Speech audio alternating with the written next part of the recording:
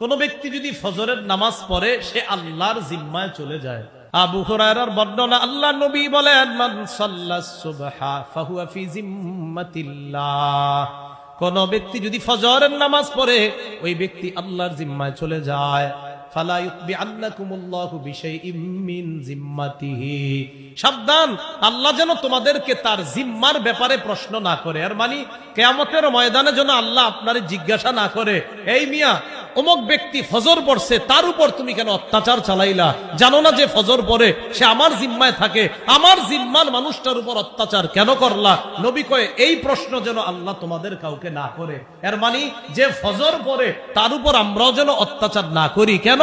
নবী কয় ওই ফজর পড়নেওয়ালার উপর অত্যাচার করলে আল্লাহর কাছে জবাবদিহিতা করা লাগবে। আল্লাহ বলবে সে না আমার জিম্মায় ছিল আর তুমি এটা নিয়ে ঝামেলা করলা। ফজর